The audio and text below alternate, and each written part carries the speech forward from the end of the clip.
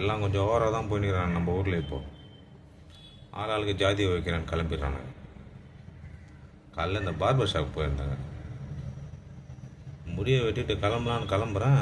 நான் உட்காந்து அதே சீட்டில் வேற ஒருத்தனை உட்கார வச்சு முடியை வெட்ட போகிறான். அவன் நம்ம ஆளுங்க கிடையாது, வேற ஆளுங்க.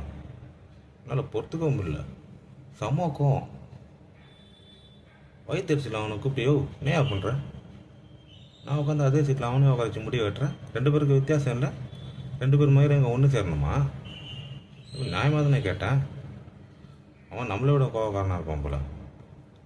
யோ இங்கே அப்படி தான் ஏன் உனக்கு அவ்வளோ ரோசக்காரன், உன் முடியை தனியாக பிரித்து எடுத்துன்னு போயான்ட்டான்.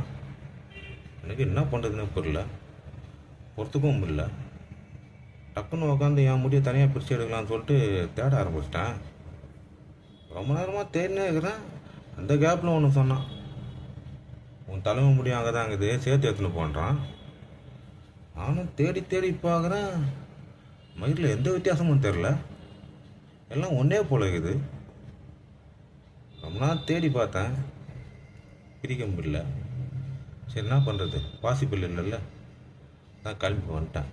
ஆனால் ஒன்று மட்டும் முடிவு பண்ணிட்டு வந்தேன், இனிமேல் முடிவை வெட்டினா கூட நம்ம ஜாதி ஆளுங்க தான் முடிவை வெட்டணும் முடிவு பண்ணிட்டு வந்தேன். மயிர் முக்கியம் இல்லை.